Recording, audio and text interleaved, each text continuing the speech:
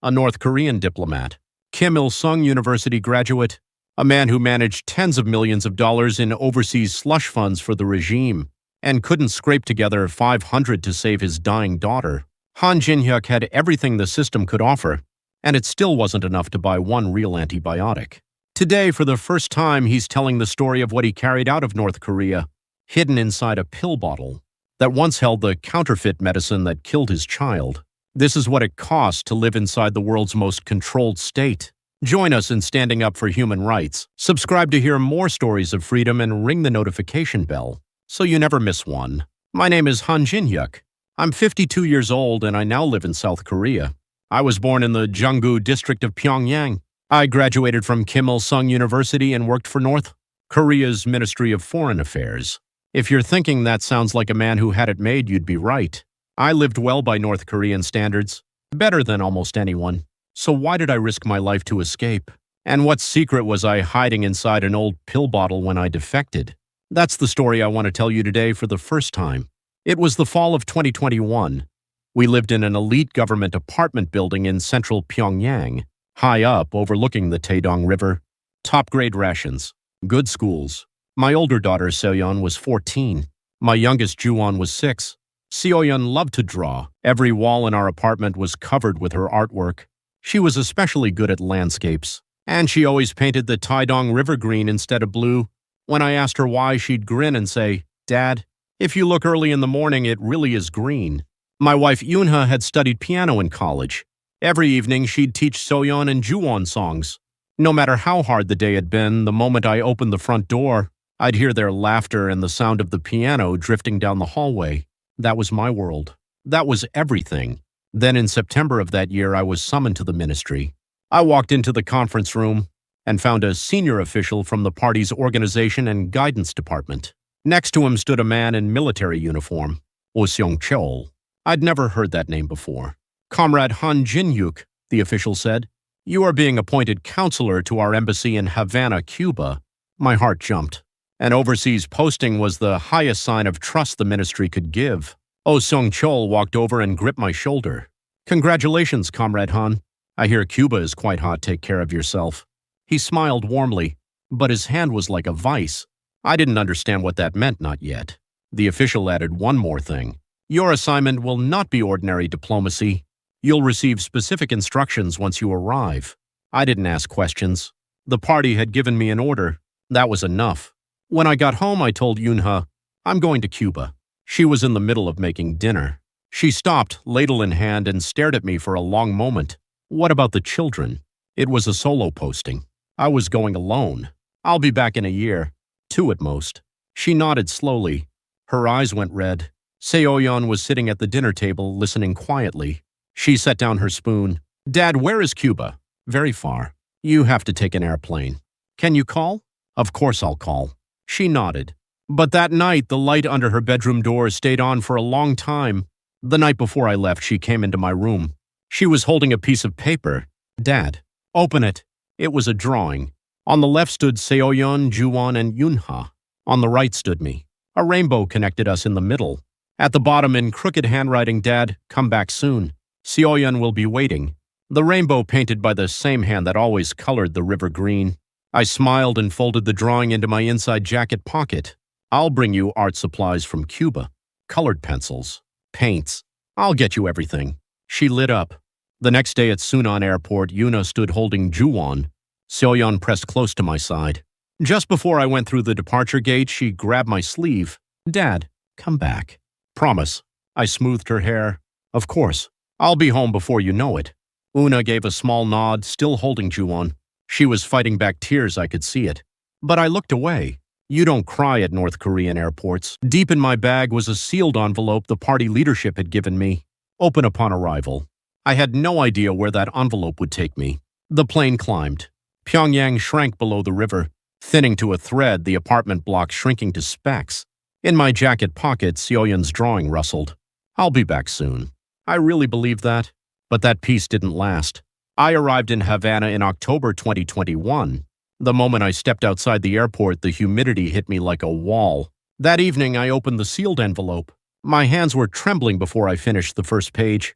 This wasn't diplomacy. I was instructed to manage overseas bank accounts through shell companies registered in Panama. The list of accounts was dense. When I saw the figures, the breath left my body. Tens of millions of dollars, payments for weapons deals, funds for luxury goods for the elite, operational budgets for covert missions. All of it was supposed to pass through my hands. That was the moment I understood. I hadn't been sent as a diplomat. I'd been recruited as a money launderer. My salary? $50 a month. I was handling tens of millions of dollars and taking home 50. Still, I didn't question it. The party had assigned me. This was for the country. That's what I told myself. Oh Seong-cheol had an office on the second floor of the same building. His title was diplomat. No one believed that.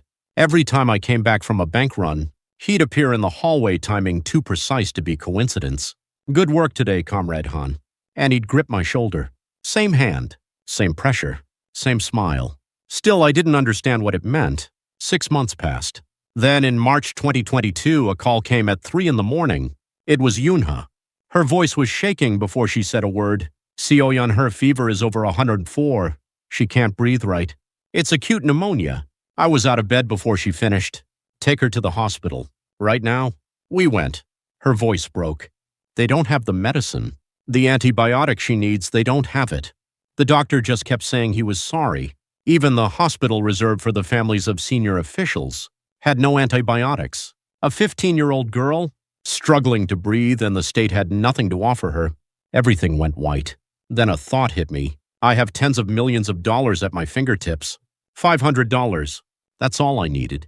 $500 to get antibiotics from Cuba and send them to Pyongyang.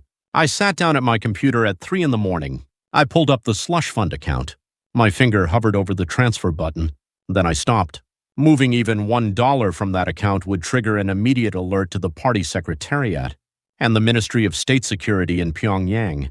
The moment I transferred $500, Yunha, Seo-yeon, Juwon, all of them would be in danger. Saving my daughter could destroy my entire family.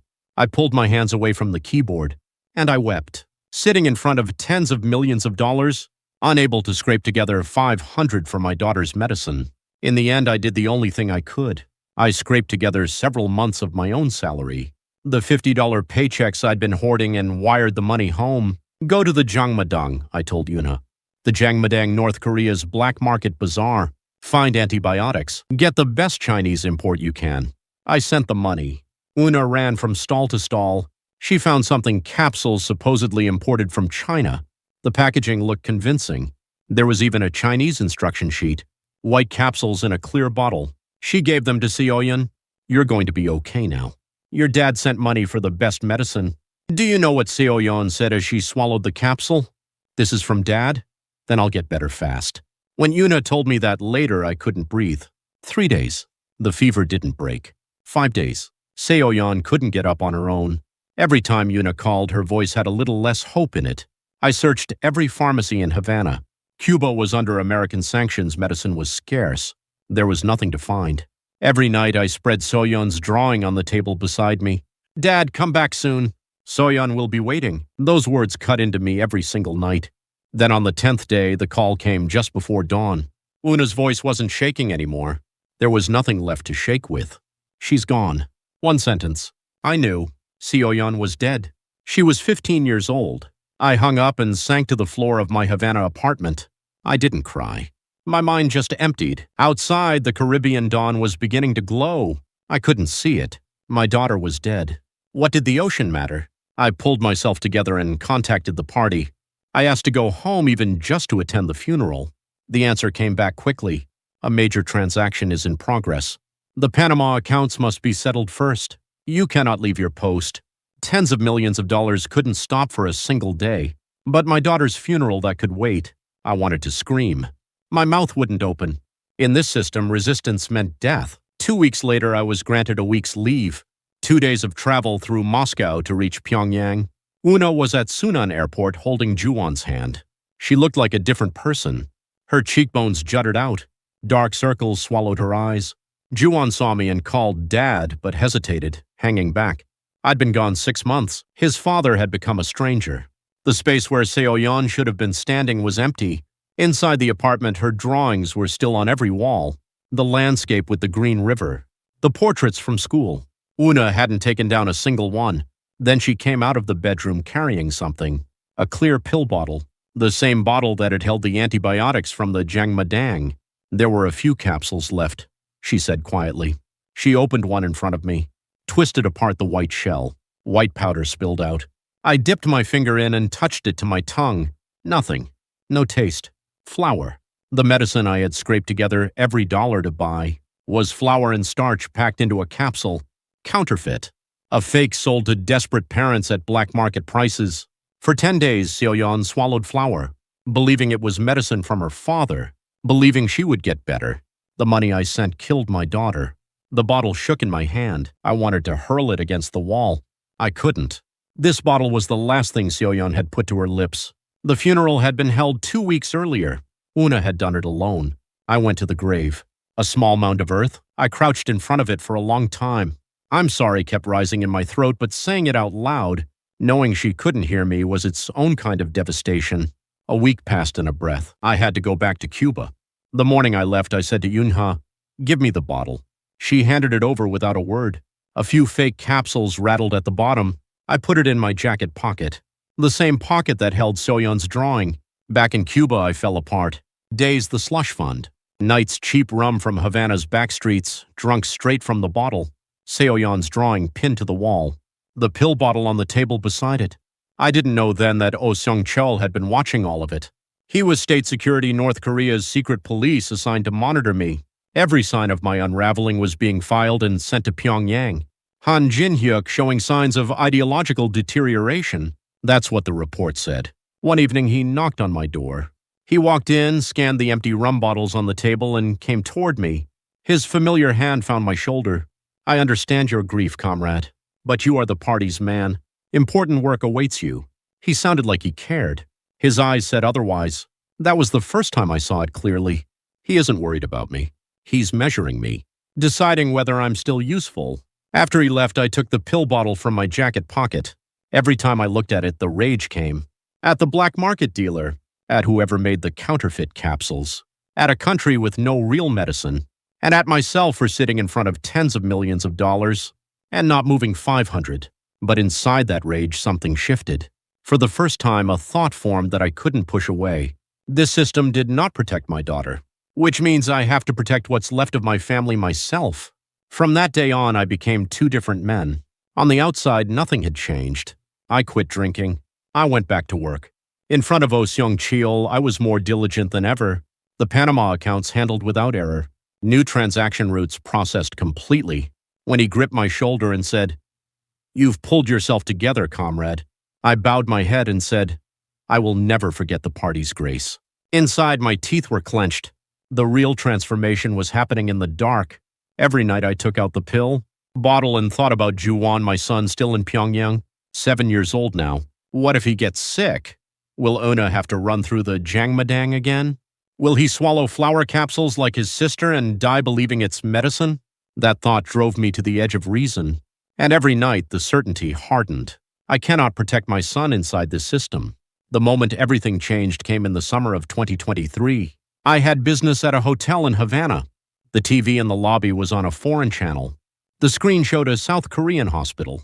Ordinary people pulling numbered tickets, seeing doctors, walking out of pharmacies with bags of medicine. It was nothing. A routine news clip. For most people, completely unremarkable. Not for me. A country where anyone, child, elder, anyone, could walk into a hospital and leave with real medicine. I stood in that hotel lobby and stared at the screen until my legs felt hollow.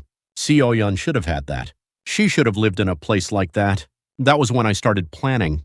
Not a blind escape. I was someone who knew everything about the slush fund operation. That information could be the lifeline for my family. Account numbers, transaction routes, lists of intermediaries, records of weapons deals. I began copying it piece by piece, file by file onto a micro SD card. Never too much at once. 1 or 2 files per bank visit. The process took nearly a year. Then I needed somewhere to hide the card. Oh Seong-chul searched my room regularly. Bags, documents, desk drawers, even the back of the closet. He would find anything. But there was one object he would never suspect. Seoyeon's pill bottle, the one I always carried in my jacket pocket. I taped the micro SD card to the inside of the bottle cap. Closed the cap and nothing showed. The fake pill bottle that had taken my daughter's life would now carry the secret that might save the rest of my family. For my escape route, I had one. Opening regular business trips to Mexico City for slush fund transactions. In early 2024, I met someone there. It looked like chance. It wasn't. South Korean intelligence had been watching me for a long time. The man got straight to the point. Mr. Han, are you willing to come to South Korea? My heart was pounding. I kept my voice flat. Can you get my family out safely? He nodded. We can. But there are conditions. The conditions were clear hand over everything I knew about the slush fund. South Korea's side was urgent intelligence. Suggested North Korea planned to completely overhaul the slush fund laundering network by the first half of 2026, and there were signals that I myself had been flagged for purging. If they didn't move now, both the intelligence and I would disappear. I agreed. I sent Yuna a letter. Juwon must have gotten so tall. Let's meet in the spring. She would know what it meant.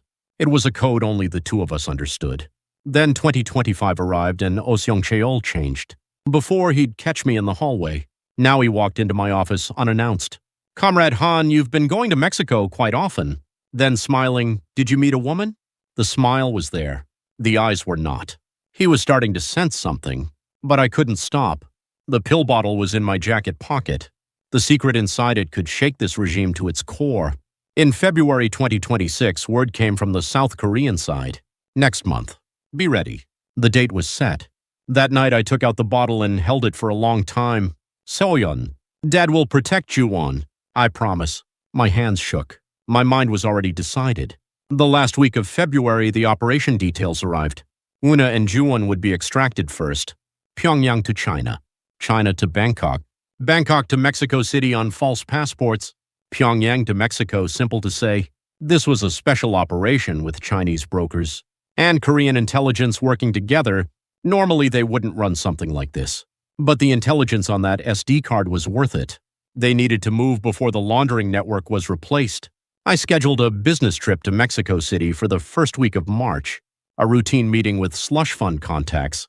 It had to look like any other trip. Everything was on track. Then, 2 days before departure, Seong Cheol walked into my office without knocking. He sat down, crossed his legs, and looked at me. This Mexico trip, I'll be coming with you. I need to do some market research. My heart seized. Market research. Seong Cheol doing market research. This was surveillance.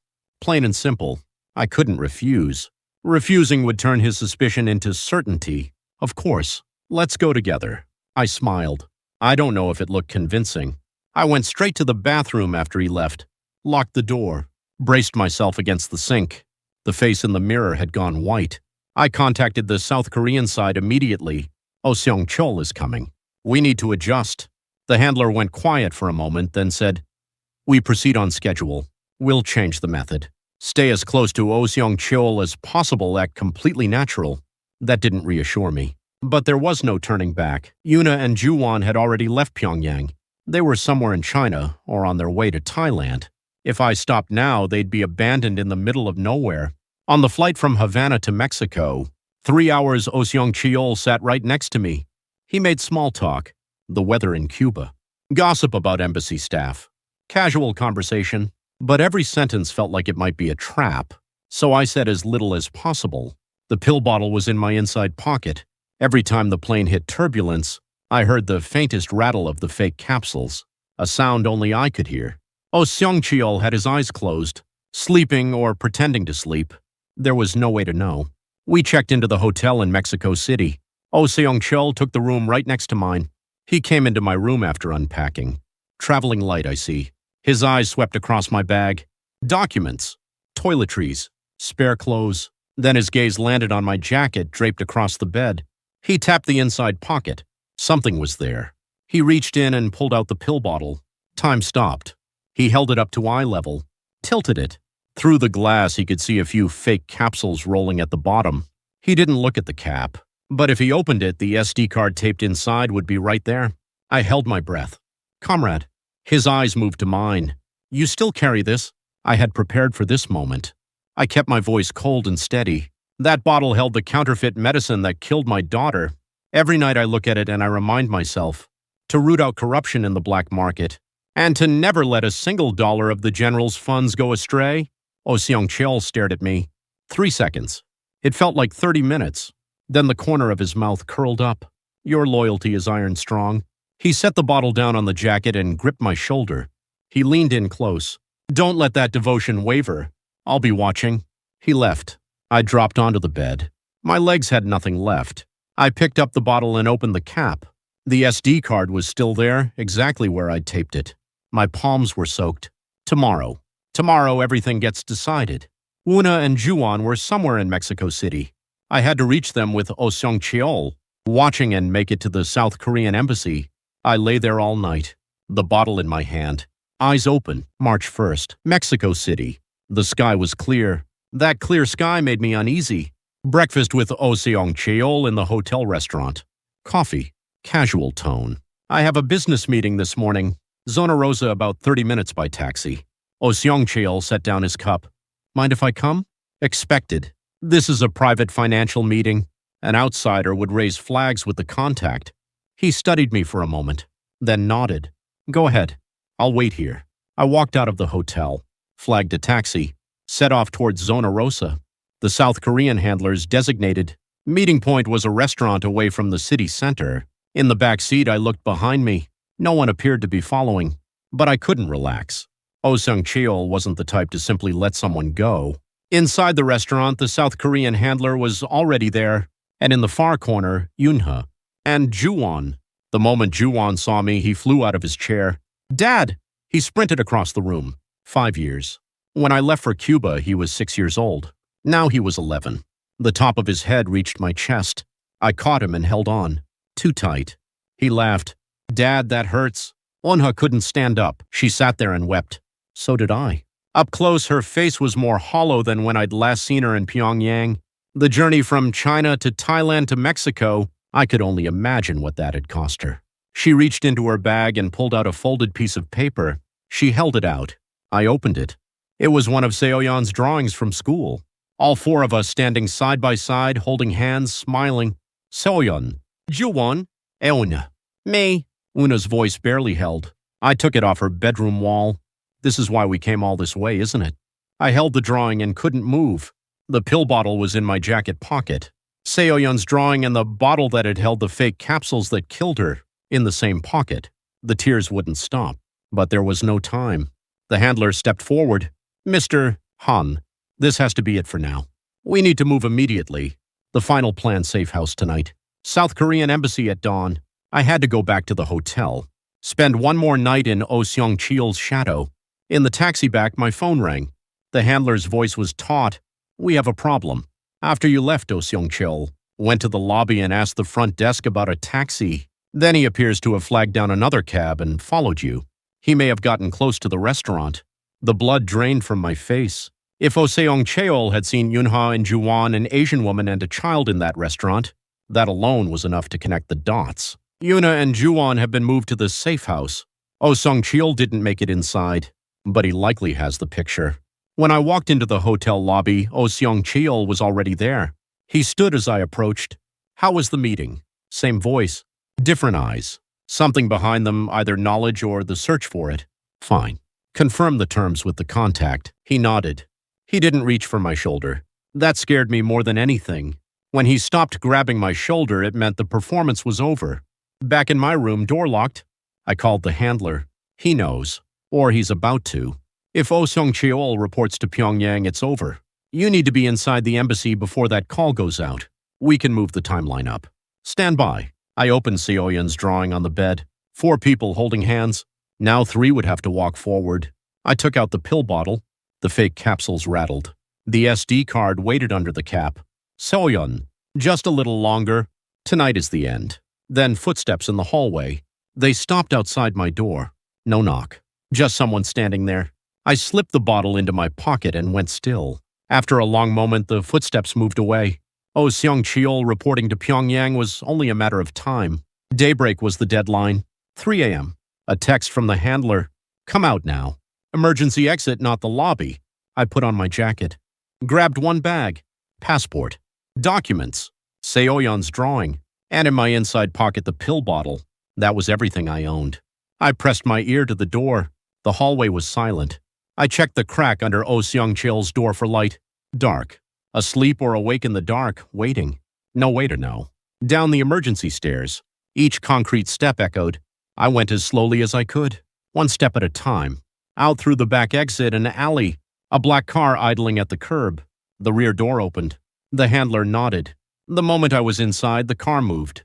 15 minutes to the safe house. I watched the side mirror the entire way. No car behind us. Still, I couldn't breathe easy. Woono was awake in the living room. Ju-won was asleep on the couch. She stood when she saw me. "Are you okay?" "I'm okay. We have to go." The handler said, "We'll disrupt Oh Seong-cheol's communications. That buys us 2 hours at most. The embassy has to happen within that window." We woke Ju-won. "Ju-won. Up. We need to go." He rubbed his eyes. "Dad, what time is it?" "Early. Just hold on a little longer." He nodded, half asleep. This boy over the past few weeks, dragged from Pyongyang to China to Thailand to Mexico, had never once asked why. Una told him he was going to see his father. That was enough. 11 years old. 4 a.m. The three of us in the handler's car. Mexico City's early morning streets were empty. Streetlights slid past the windows. 20 minutes to the South Korean embassy. Una held Ju-won's hand in the back seat. I watched the side mirror from the front. No vehicles following. The handler said, "Communications disruption is live. From this moment, it's a race against the clock." We turned onto the embassy street. My phone rang. The name on the screen, Oh Seong-cheol. 4:20 in the morning. The handler said, "The disruption covers external channels. We can't block a direct call to your number." The phone kept ringing. "Pick up, it's over." "Don't pick up," he has his confirmation. I didn't answer. It went to silence, then rang again. Silence, then rang again. The third time it rang, the embassy gate came into view. The car stopped. I stepped out. Got Ju-won out first. Took Yuna's hand. Less than 50 meters to the gate. It felt like 50 miles. We ran. Ju-won called out, "Dad, why are we running?" No time to answer. At the gate, I pressed the buzzer. Nothing. Again. I knocked with my fist. It was before dawn. The guard wasn't at the door immediately. Behind me, the phone rang a fourth time. Then footsteps from inside. The lock disengaging. The door opened. A South Korean staff member stood there. "Mr. Han Jin-hyuk, family? Come in." Those 2 words. The most beautiful words of my life. I pushed Una and Ju-won through first, then stepped inside. The door swung shut. And from the other side of the wall, a voice. Comrade Han, Oh Seong-cheol.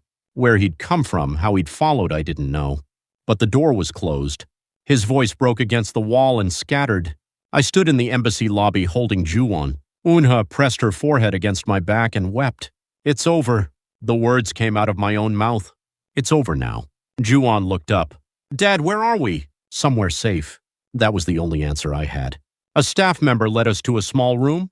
A cot. A window. Through it, Mexico City's pre-dawn sky. Ju-won was asleep again before his head hit the pillow. Una lay down beside him. I sat in the chair and watched them. I took the pill bottle from my jacket. The rattle of the fake capsules. The SD card taped under the cap. This small bottle had carried us all the way here. Through the window, the first light of morning was beginning to show. March 2nd. But this wasn't the end. It was the beginning. The secret inside this bottle still had somewhere to go. We spent 3 days at the South Korean embassy in Mexico City. Paperwork. Identity verification. Security clearance. During those 3 days, Ju-won charmed the embassy staff out of Korean snacks and laughed his way through all of it. Una slept soundly for the first time in years. I couldn't sleep. The pill bottle was still in my hand. March 5th. We boarded a flight to Incheon. When we landed, South Korean intelligence officers were waiting. We were taken to a quiet office, a laptop on the table. I reached into my jacket pocket and pulled out the pill bottle. Nearly 5 years I had carried it. I opened the cap and peeled away the micro SD card no bigger than a thumbnail. Inside that card, the entire overseas slush fund network of the North Korean leadership. I handed it to the officer. He inserted the card into the laptop. A world map spread across the screen. Panama, Switzerland, Singapore, Macau. Dots connected by lines, the flow of billions laid out at once. A thumbnail-sized card from an old pill bottle, filling an entire screen. I sat there and felt nothing. Just a quiet thought, it's done. I put the empty bottle back in my pocket. The card was gone. Now the bottle was simply Seoyeon's, a keepsake. I walked out of the office toward the arrival hall. Incheon Airport was vast. High ceilings, floors that gleamed, Korean announcements flowing through the air. Jong turned his head in every direction, trying to take it all in. He'd never seen a world like this. Then he tugged my hand. "Dad, my stomach hurts." His face had gone pale. I felt his forehead. A low fever. I couldn't think straight. In my mind, a night 4 years ago came rushing back. Seoyeon's fever hit 104. She couldn't breathe. My legs went weak. Not again. Not here. Not my son. I grabbed the nearest airport staff member. "My son is sick. Where is the pharmacy?" I could hear the tremor in my own voice. "Right over there," she said, calm and clear. 30 meters away. I pushed through the pharmacy door and stopped. The entire wall was medicine. Floor to ceiling. Left to right. Fever reducers alone, dozens of varieties. Antacids. Cold medicine. Pain relievers. Vitamins. Every box with a full ingredient label. An expiration date stamped on each one. A manufacturer's name. A government-regulated price tag. No room for counterfeits in a system like this. Then my eyes found a section along one side. Children's medicine. Arranged separately. A pink bottle of strawberry-flavored fever syrup. Grape-flavored cold medicine. Gummy vitamins with cartoon characters on the label. Things made so children wouldn't be afraid. So the medicine would be something they could swallow without fear. I stood in front of that pink bottle and couldn't move. What had Seoyeon been given? Flour pressed into a capsule. A fake. And she had swallowed it and told her mother it would work because her father had sent it. Here, children could take strawberry-flavored syrup and smile. The pharmacist came over. Yuna explained Juwon's symptoms. The pharmacist checked his forehead briefly. "Sounds like an upset stomach. This syrup will take care of it. 3,500, about $2.50. She explained how to give it, asked Juwon's weight, calculated. The dose, told us to take it after a meal. Then she smiled. I reached for my wallet.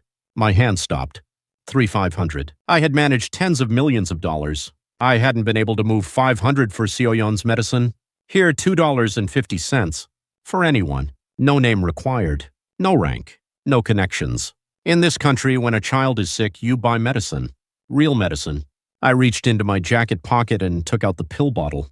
The empty one, the card was gone. The bottle that had held the flour capsules. That had taken Seoyeon. One hand held the real medicine the pharmacist had just given me. The other held Seoyeon's bottle. I held them side by side. Seoyeon, there was a world like this. Dad should have given you this. Should have gotten you here. The tears came without warning. I stumbled to a corner of the pharmacy and crouched down. I held the bottle in both hands and couldn't stop. Una sat beside me. She wept too. Juwon looked at us, confused. "Dad, why are you crying? Does your stomach hurt too?" The pharmacist and the people nearby turned to look. I couldn't stop. Ladies and gentlemen, to be able to buy medicine freely, to be able to walk into a pharmacy when your child is sick, and leave with something real, I didn't understand how enormous that freedom was. Not until I lost my daughter. To those of you who were born in a country like this, I know it seems ordinary. Of course there's medicine at the pharmacy. Of course it works. Of course it's real. But that ordinary thing that was the world Seoyeon was supposed to live in. To our viewers, thank you for staying with us to the very end. As I worked on Jin Hyuk's story, there were moments I had to stop. A senior North Korean diplomat, handling tens of millions of dollars, brought to his knees because he couldn't find 500 for his daughter's medicine. Writing that scene, something locked up in my chest and wouldn't let go. As a father, as a human being, the weight of that moment, I kept thinking about it. Have any of you been to the pharmacy lately? For cold medicine? For your grandchild's fever reducer? For a knee patch? The pharmacist asks your symptoms and finds what you need. A few dollars and you're done. I always thought that was just normal. After hearing Jin Hyuk's story, I understand now that normal isn't nothing. It's everything. There was a girl named Seoyeon, a girl who always painted the river green, who believed that if her father sent the medicine, she would get better. If she had been born here, she would have gone to the pediatrician. She would have gotten a real antibiotic. She would have laughed her way through strawberry-flavored syrup. By now, she'd be 20 years old, somewhere in a university art program. The country your generation built out of the rubble of war is a country where children don't die from counterfeit medicine. A country where anyone who's sick can walk into a hospital, walk into a pharmacy, leave with something real, something that works. How extraordinary that is, I hope today's story reminds you. Tonight, when you get home, find a medicine box. Look at it. The expiration date, the ingredient label, the name of the company that made it, the government set price. That is freedom. Sioyan never got to live in that world. Your grandchildren are growing up in it right now. That alone is enough reason to tell this story. And I'm grateful truly that you were here to hear it.